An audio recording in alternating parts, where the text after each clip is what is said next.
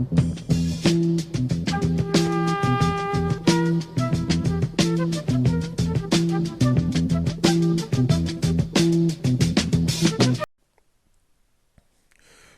what's poppin'? What's poppin', people? What's poppin'? Yeah. So you see, just like I said in my prior video regarding Brittney Griner being put in prison in Russia, or the newly freed Brittney Griner, who did a 10-month prison sentence in Russia. I made a statement and I said that due to the Brittney Griner situation, you're going to see a further push of people speaking about WNBA players needing to get paid more money, and then using Brittney Griner's situation as a scare tactic to try to, I guess, shame or scare society into accepting the fact that WNBA players need to get paid a higher salary. Now, although I don't necessarily have a problem with WNBA players getting paid more money, but my issue is that when people push this narrative and they start comparing how much money the male NBA players get in comparison to how female WNBA players get, that's what makes me sick. Because I'm like, okay, you're going to get, because when you make that comparison, you're trying to say that it's somehow unfair that WNBA players are being paid significantly less money than male NBA players, even though the NBA plays more games and makes a large amount of revenue, thus they can afford to pay their players more money. To me, it's what I was going to say. It sounds dumb to me. And this article, I'm not going to really read the full article. I'm going to read most of it, this is from the insider.com, in which a link to this article is posted in the video description box, right? And the title says, a former WNBA player who competed in Russia hopes Brittney Griner's ordeal reignites the conversation on pay disparity between the men and the women's game, which drives many WNBA players overseas, right? So this is the former NBA player, now lawyer. Her name is Isis Tillis, right? It says this. Oh, the article is written by who? Okay, the article is written by Taylor Ardrey, and it was written on December 13th, 2022. And the article goes on to say, Isis Tillis, a former WNBA power forward, said she hopes Brittney Griner's ordeal highlights league pay disparities. See, that's what I'm saying. Like, when people try to use Brittney Griner's situation to try to further push this narrative of, well, it's unfair that there's a pay disparity between male and female professional basketball players, you're going against common logic and just common business sense. Because, listen, the Brittney Griner ordeal happened mainly because Brittney Griner broke the law. And although I also believe that Brittney Griner was used as a pawn for Russia's personal agenda in order to try to get a Russian prisoner in the United States free, thus the Russian government found an opportunity to arrest a famous American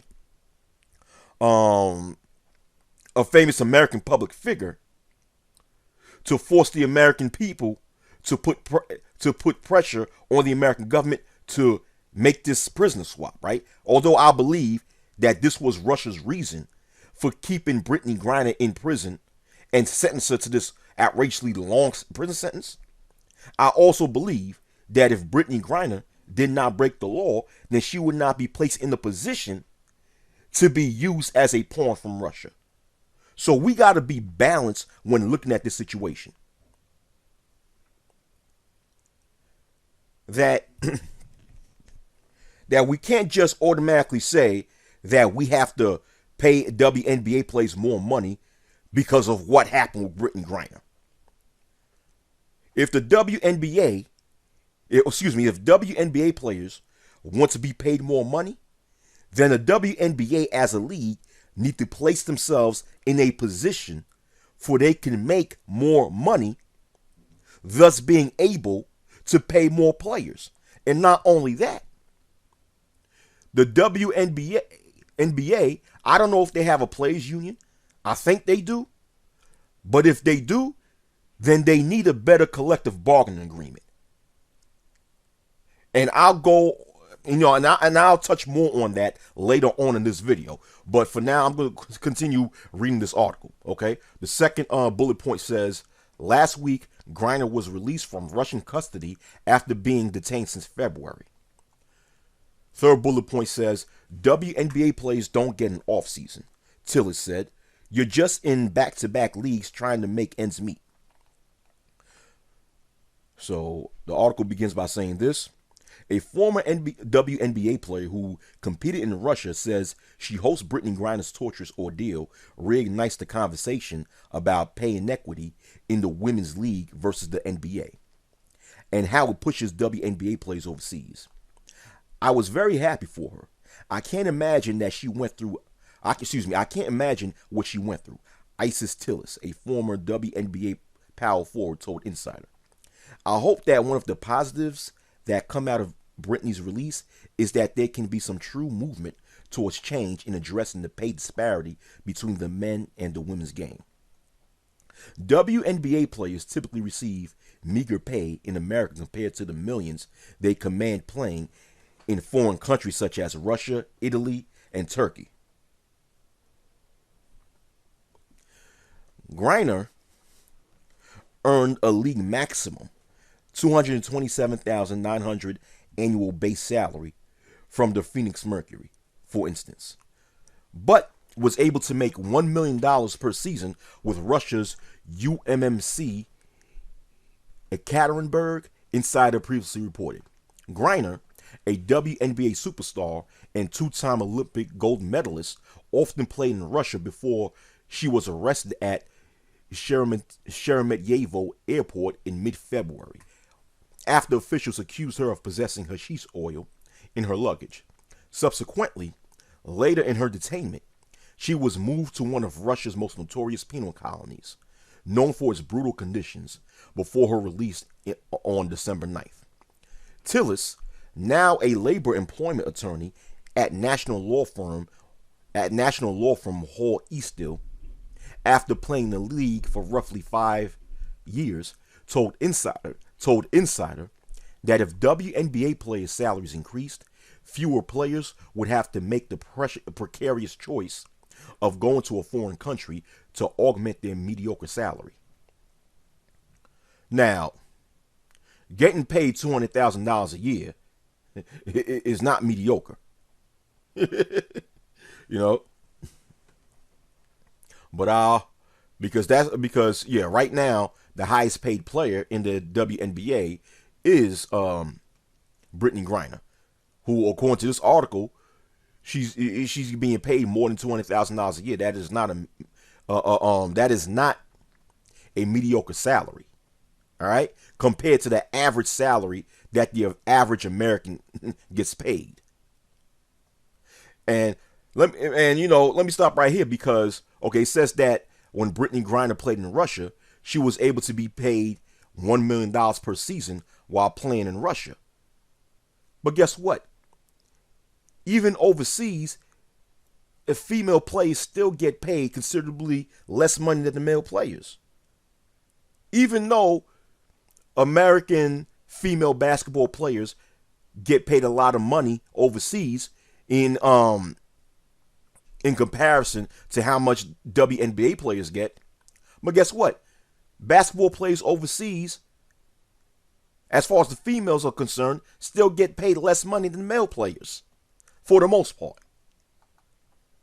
And not only that, we need to take into consideration that about how much we need to take into consideration of the revenue that these foreign basketball leagues make overseas.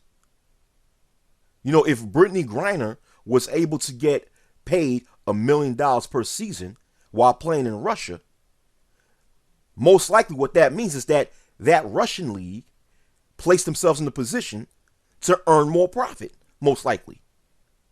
Right? But I'll continue reading. Okay,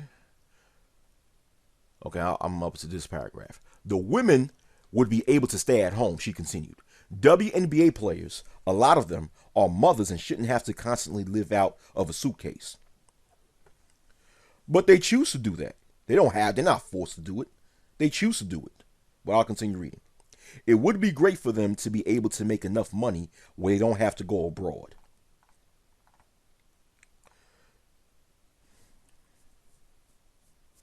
Okay, so this is a picture of Isis Tillis, not her, not the one with the ball, but the one in the blue that's guarding the person with the ball.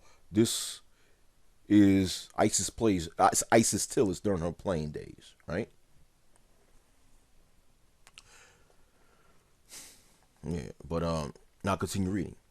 Selected as a first-round draft pick in 2004, Tillis went on to play for the Detroit Shock, New York Liberty, and LA Sparks. In addition to Russia, Tillis has played overseas in multiple countries, including Poland, Italy, South Korea, and France, among others. The only way women have to supplement their income is by going to play abroad. It's a grueling process because you are just going from one season to the next, Tillis said. The men, because they only have one season, they have a true off season. WNBA players don't get an off season. You're just in back-to-back leagues to trying to make ends meet.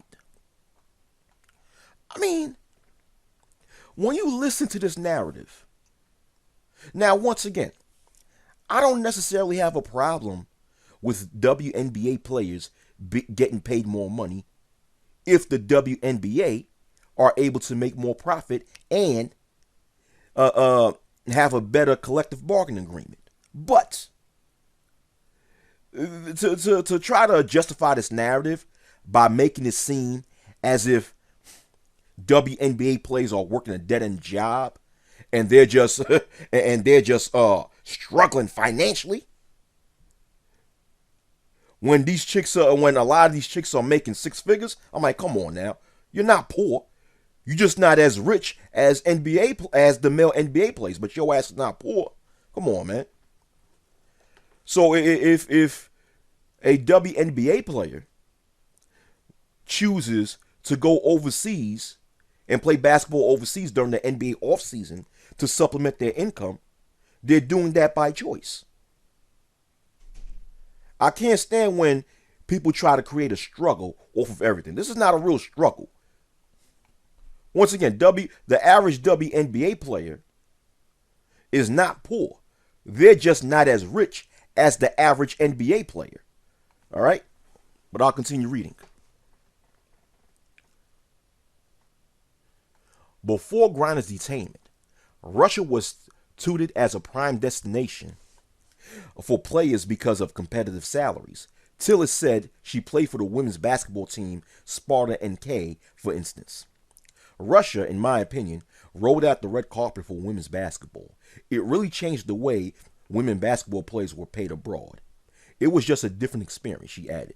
The people that own the teams in Russia really go out of their way, particularly for the WNBA players. They shower them with really nice apartments, and you have your own driver. WNBA legend Sue Bird echoed similar sentiments in an interview earlier this year, saying in Russia she was paid 10 times her first WNBA salary, which was under 60 grand a year. And now with high paying countries like Russia off the table, other countries may decide not to pay as much, Tillis said. Nearly half of WNBA players, 67 out of 144 decided to still go overseas after Griner's detention, according to the Associated Press. However, none are competing in Russia.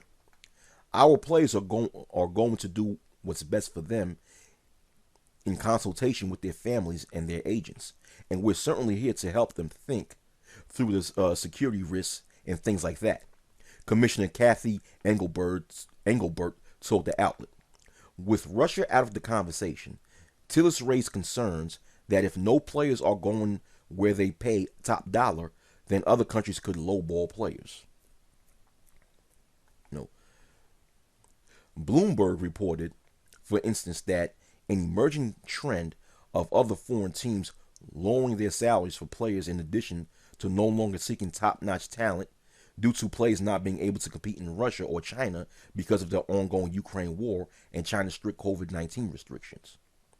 All right. This could really negatively impact the supplemental income that women were making overseas. If they're like, okay, well, Russia's out the picture, now we don't have to pay those high dollar contracts. Well, that's just theory. That's just theory. I mean, even though that could be possible, but once again, that's just theory. But once again, when it comes to this type of reasoning, right? It just seems as if it just seems as if those who speak about this pay, quote unquote, pay inequity between male and female basketball players in America are just trying to shame society into accepting this notion that female basketball players should be paid more money in America, when the fact of the matter is the WNBA as a league is not even making that much money. And two, the WNBA had a collective bargaining agreement that sucked. All right? Now, let me show you this. This is from a website called WSN.com. Right? Once again, I'm going to post the link to this website. By the time you watching this video, the link to this website is posted in the video description box underneath, right? Where in this website, it compares the revenue between the NBA and WNBA. And according to this website, this article was written on November 9th, 2022. Now, according to this website, as of 2022, or recently, the NBA yearly annual revenue is $7.4 billion a year. So the NBA, as a league, makes about $8 billion per year, while the WNBA makes about $60 million. Now, granted, because the NBA makes close to almost $8 billion per year, or $7.4 billion per year, according to this website, the NBA is able to pay players a lot of money to the point of the fact that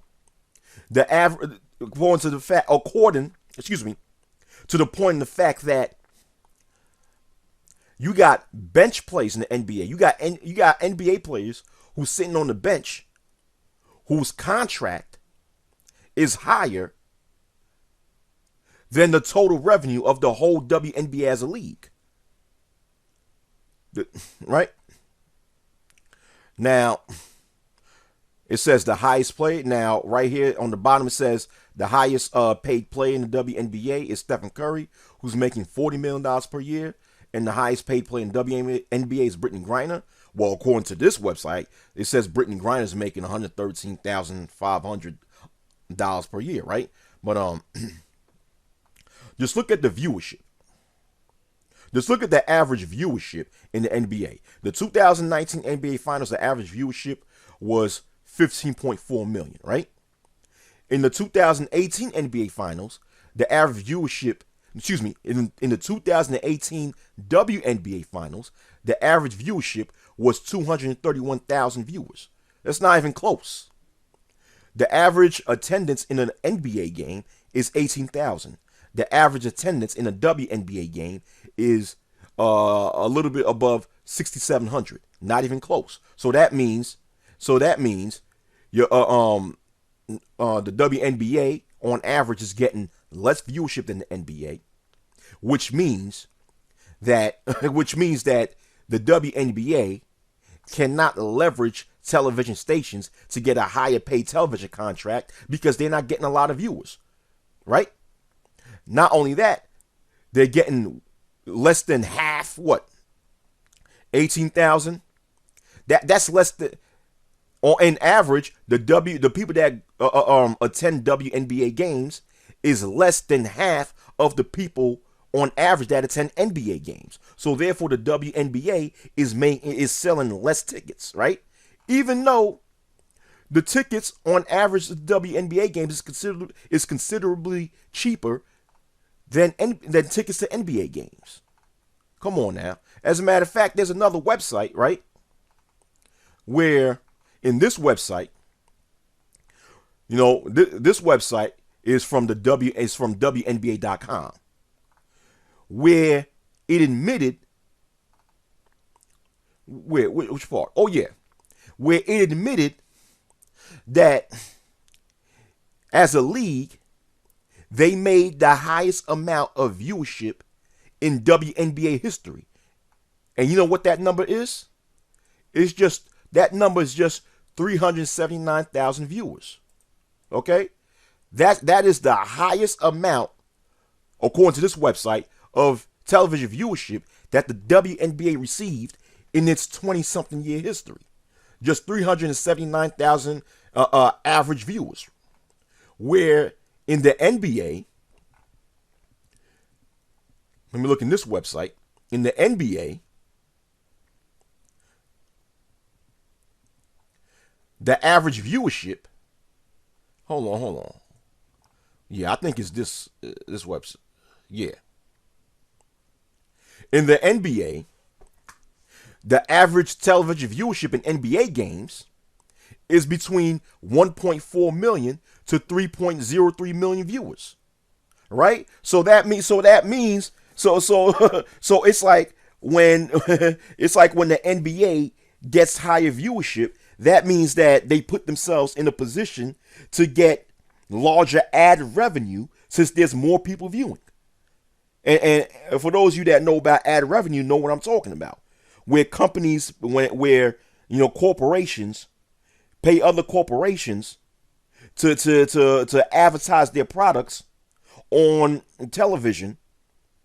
Like, for example, when corporations would pay the NBA to advertise their products during NBA games and advertise commercials for their products during NBA games, the NBA gets paid off of that, being that the NBA gets a large viewership, which means that more people would be exposed to seeing the products or services of that corporation that pays for that pays for airtime, or that pays the WNBA to get some airtime, right?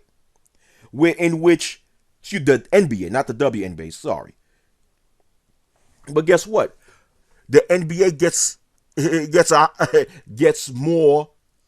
9 times out of 10, the NBA gets more ad revenue than the WNBA, since they get way more television viewership on average. Once again, what I'm doing is I'm comparing the revenue of the NBA and the revenue of the WNBA to show you that the reason why, one of the main reasons why, and we all know this, that one of the main reasons why that WNBA players gets paid far less than NBA players is because the WNBA as a league is not making that much money to pay their WNBA players. All right? Now, from this website, this is an article from the Washington Examiner, right? Once again, the link to this article is posted in the video description box underneath. You know, and it says right here, I'm not going to read the whole thing. You know, in this article, you know, the person that wrote this, Zachary Faria, he did a good job. And then it says right here, according to this article, it says right here, it says, according to NBA Commissioner Adam Silver, the WNBA has lost an average of $10 million every year since it was formed. The league, or the NBA, generates just, not the NBA, the WNBA. The league generates just $60 million in revenue and does not run a profit.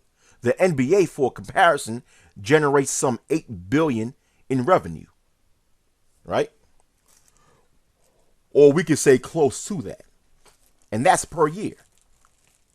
So once again, when the NBA gets paid close to $8 billion in revenue per year, they can afford to pay their players a high amount of salary, right? And not only that, I'll say a high amount of salary. I mean, the NBA can afford to pay their players a very high salary, right? And with that, like I said, early in this video, I spoke about the collective bargaining agreement that the WNBA had, which sucked. Because, well, okay, I'll show you this. I'm back to this website, WSN.com, where, okay, I'm not gonna read the whole thing. I'm gonna show you, this part. It says this: it is currently estimated that the WNBA generates approximately $60 million in revenue, while $12.3 million of that revenue is distributed to its players. That's due to the old CBA that the WNBA had, where the players get only $12.3 million of that revenue, right? And it says in 2018, the NBA's 30 teams generated $7.4 billion in revenue, which is up 25% from 2018. From a 1983 agreement to cap payrolls, NBA players are guaranteed at least 53% of league revenue, right?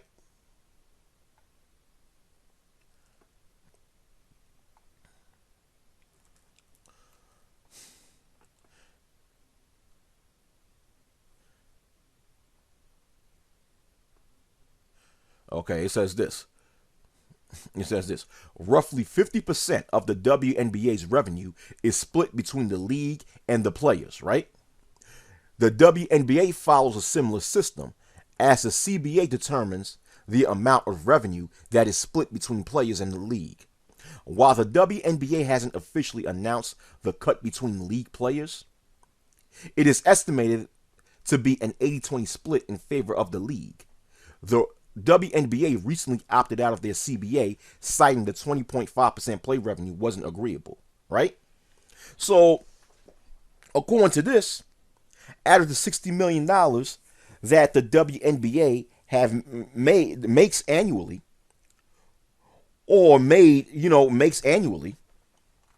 right?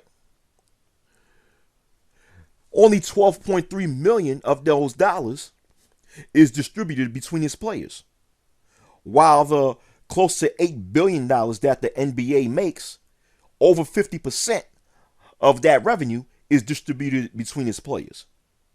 Due to the NBA Players Association having a better collective bargaining agreement than the WNBA. I mean, according to this article, it's alleged that the WNBA as a league has an 80-20 split when it comes to their revenue, with the WNBA players getting only 20% of the total revenue that they generate for the WNBA. So instead of trying to shame society and using Brittney Griner's ordeal as a way to try to convince society that WNBA players should be paid more money, What about asking the WNBA for, or not asking, but negotiating with the WNBA for a better collective bargaining agreement where WNBA players can get paid a higher percentage of the pie? Right? And not only that, but I just find it funny how people are making these arguments, talking about how this pay disparity between WNBA and NBA players is so unfair, but yet the WNBA heavily relies on the NBA players to donate money to the league. I mean, so many NBA players, past and present, has donated money to the WNBA, such as, the late Kobe Bryant, rest in peace. Kyrie Irving, LeBron James. What's this guy's name from the Golden State Warriors? What's this guy's name? Not Steph Curry. I don't know if Steph Curry ever donated to the WNBA. What's this? Draymond Green. I know he definitely donates to the WNBA. So if WNBA players desire a higher salary, maybe the WNBA as a league need to place themselves in a position for they could make more money in revenue and actually make profit. Because according to the NBA commissioner Adam Silver, the WNBA is not even making net profit. They're making less profits. In which every year, once again, according to NBA Commissioner Adam Silver, the WNBA as a league is losing $10 million per year. And I think one of the reasons why the WNBA as a league is not making that much money in profit is because they have their games in the wrong time of the year. Because the WNBA season, the WNBA regular season starts in the summertime. To me, I think that's the wrong time to start a WNBA season, because by the time the summer comes, the majority of people, especially here in America, are no longer thinking of basketball. The majority of America just got done watching about 7 to 8 months of basketball, right? Being that the NBA regular season is approximately that long. Well, not just the regular season, but when you put the NBA's regular season and playoff season all together, and with the NBA finals, you put them all together, that's about 7 to 8 months of basketball. And then in the summertime, most Americans, it's nice outside, and throughout most of America, it's warmer outside. You got the children that's off from school. They got their summer vacation. Parents got vacation from work. People are thinking of taking trips, flying to different parts of the world, going on cruise ships, going to the beach, going outdoors and doing whichever outdoor activity. And not only that, during that time, that's baseball season, where families can be outdoors and enjoy a nice game of baseball while enjoying the sun. Most Americans are not in the mood to go indoors during the summertime and watch a basketball game. Of course, in the wintertime, people don't mind going indoors to watch a basketball, going to an indoor arena, watching a basketball game, because it's cold outside throughout most of America during the wintertime. So people are not going to desire, for the most part, to do any outdoor activities during the wintertime. So they don't mind going out to an indoor arena watching a basketball game. That's the reason why I believe that if the WNBA wants to have any hopes of surviving as a league, they need to stop having their season in the summertime and find a way to change to have their season around the same time as the NBA season. And it would be good if the WNBA and the NBA find some sort of agreement where their schedules will not conflict with each other, and for they could make room for both leagues can actually coexist together in this during the same season. See, because in my opinion, in the eyes of most Americans, basketball is seen as an indoor sport that is mostly played in the wintertime. As a matter of fact, that is how the game of basketball was founded. If you know the history of how the game of basketball was founded and how the inventor invented basketball, he was looking for an indoor game played in the wintertime while it was cold outside, right? Shout outs to the creator of the game of basketball, Dr. James Naismith, right? So because of that, most of Americans view basketball to be a winter sport played indoors while it's cold outside. So therefore, when it's summertime, a lot of people are not in the mood of thinking of basketball after they just got done watching 7 to 8 months of basketball.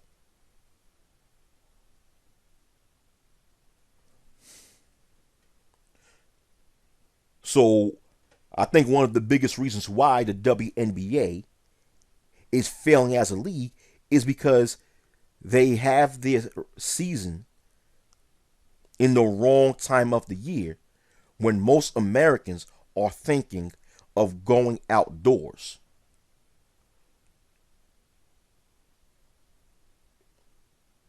The WNBA needs to switch their regular seasons to the fall and winter time. Especially at a time during fall and winter where the baseball season is over. By the time it's winter time, the football season is almost over. Once it's like January, February, that's the end of the football season after the Super Bowl's over. So therefore, America would have only two major sports to watch, which is basketball and hockey. So that would be the perfect time for the WNBA to air their games during the wintertime.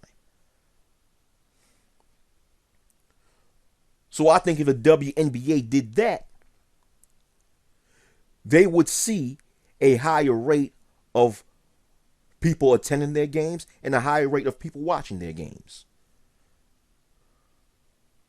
When it's cold outside, people don't mind sitting down inside watching basketball.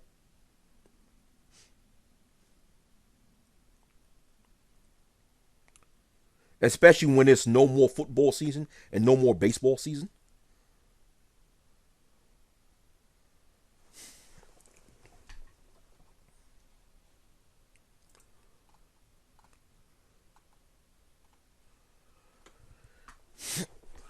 Also, another change that the WNBA could do is they need to create better or at least create a storyline.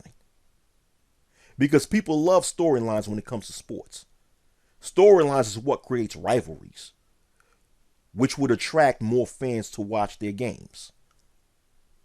What type of storyline does the WNBA have? I don't even know.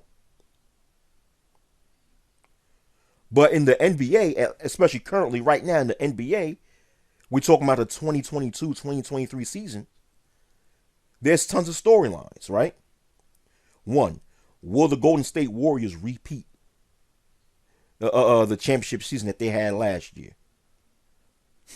Number two, will LeBron James become or carry the all-time scoring record this season? Number three, how's Kyrie Irving doing? Will Kyrie Irving find another reason to go crazy? I'm not saying he's crazy, but that's how a lot of Americans view him to be.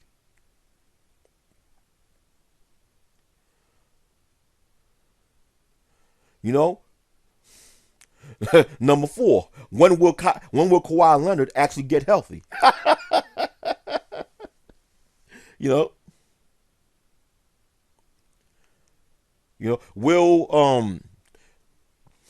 Jason Tatum of the Boston Celtics, win the MVP this year? Will the Lakers actually make it to the playoffs this year? So there's tons of storylines in the NBA that keeps people watching. But what's the storyline to the WNBA? What is the WNBA storyline? We don't know. At least the only storyline right now that the WNBA as a league can latch onto is the return of Brittney Griner and how she's going to perform now that she's back in America, back in a WNBA uniform, after she's been freed from being in a Russian prison for about 10 months.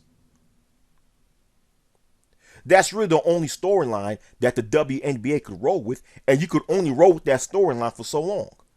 So the WNBA don't even have like these storylines, man, that'll make people watch. And what are some of the WNBA rivalries? Do we know? We don't even know that. And the reason why I'm saying this is because at the end of the day, in order for a professional sports league to make more money, you have to make sports entertaining, right? Sports have to be entertaining to people. And what more entertainment can you give to people than a good couple of storylines?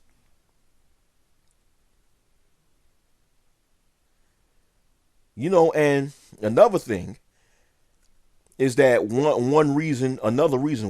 main reason why the WNBA is far more successful than, I'm sorry, I keep making this mistake. I said, what I mean to say is another reason why the NBA as a league is far more successful than the WNBA is the fact that the NBA, due to its male athletes, they're very talented when it comes to their acrobatic feats, as far as dunking the ball, blocking shots, or making these aggressive finesse-like moves when they play basketball. Something that a lot of the female basketball players do not have. I mean, yeah, because naturally the male body is stronger and more athletic than the female body, right? So that's something I don't think that's something that can be changed about that. But the fact that you have these male NBA players who have the physicality and the ability to do these acrobatic stunts is what entertains people. The big time alley oops, the big time dunks during the fast break. The quick and flashy crossover moves of plays like Kyrie Irving and Steph Curry, and etc., right? These things is what sells a lot of tickets. These things are what keeps the audience in amazement when it comes to NBA games. So the question I have for the WNBA is that, what do you have that can keep the audience entertained when watching WNBA games? The WNBA needs to find that and capitalize off of that in order to put themselves in a position to attract more fans, thus making more money.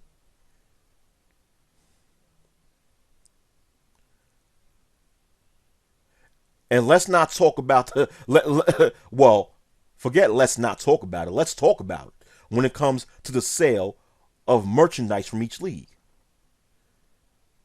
You're way more likely to see people wearing and purchasing NBA merchandise than WNBA merchandise.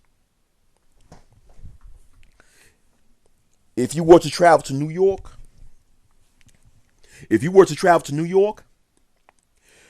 you'll see way more people wearing New York Knicks or Brooklyn Nets jerseys, t-shirts, and hats than you'll see people wearing New York Liberty jersey, t-shirts, and hats, man. As a matter of fact, As a matter of fact, me living in New York, I cannot remember the last time I seen somebody, male or female, wearing a New York Liberty hat, jersey, t-shirt, hoodie, etc.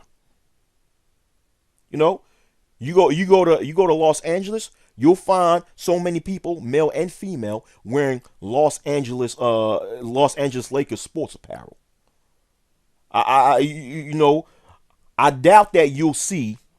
I doubt that you'll see just as many people wearing L.A. Sparks sports apparel. Same thing in Chicago. You go to Chicago, Illinois, you'll see. I'm guarantee you see way more people wearing Chicago Bulls apparel than anybody wearing Chicago Sparks apparel. So the WNBA is not even doing a good job advertising their merch or marketing their merchandise to the point of the fact that more people are willing to buy it.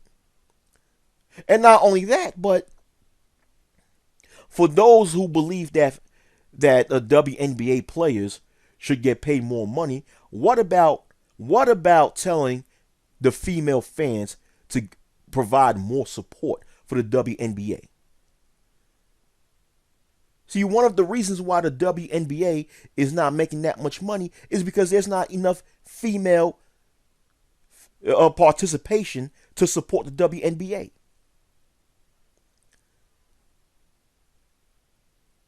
You'll find more females in NBA games than WNBA games. Trust me, I've been to many basketball games. I know.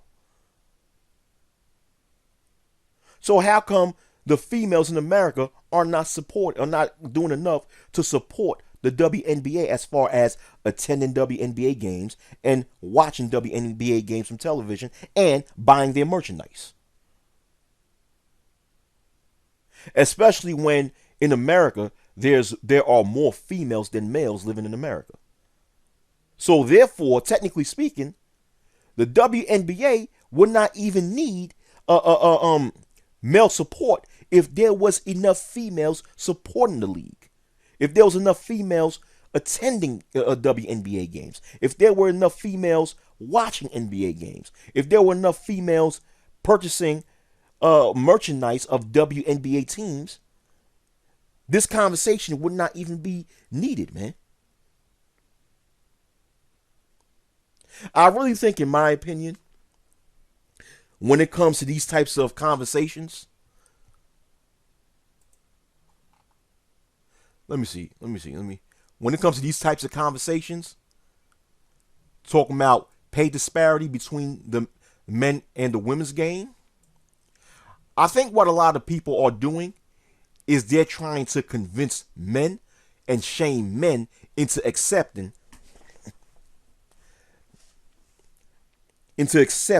that WNBA players should get paid just as much money as male NBA players.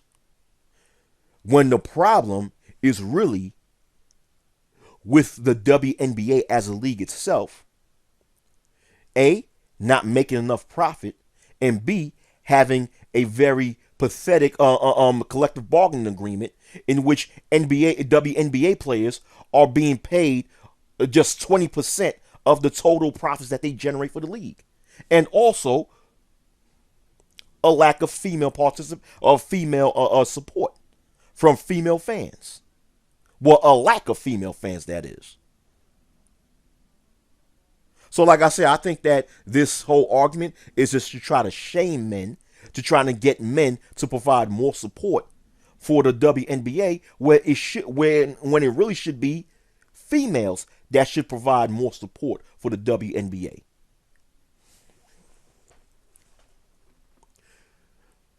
You know, this whole concept, this whole argument, when it comes to the pay disparity between male and female basketball players in America, is just a goddamn joke, man. It's just a goddamn joke. And they're just using Brittney Griner's ordeal to try to shame society, especially the males in the society, to support or at least accept the fact that females should get paid more money. When the females league in itself is not making enough money and not giving enough money back to WNBA players. A lot of these motherfuckers that use a lot of these motherfuckers that use Brittney Griner's situation to argue this point, to argue this pay disparity between male and female basketball players, don't even give a goddamn about Brittney Griner. They don't. It's just another group of people utilizing Brittney Griner as a pawn for their own personal agenda.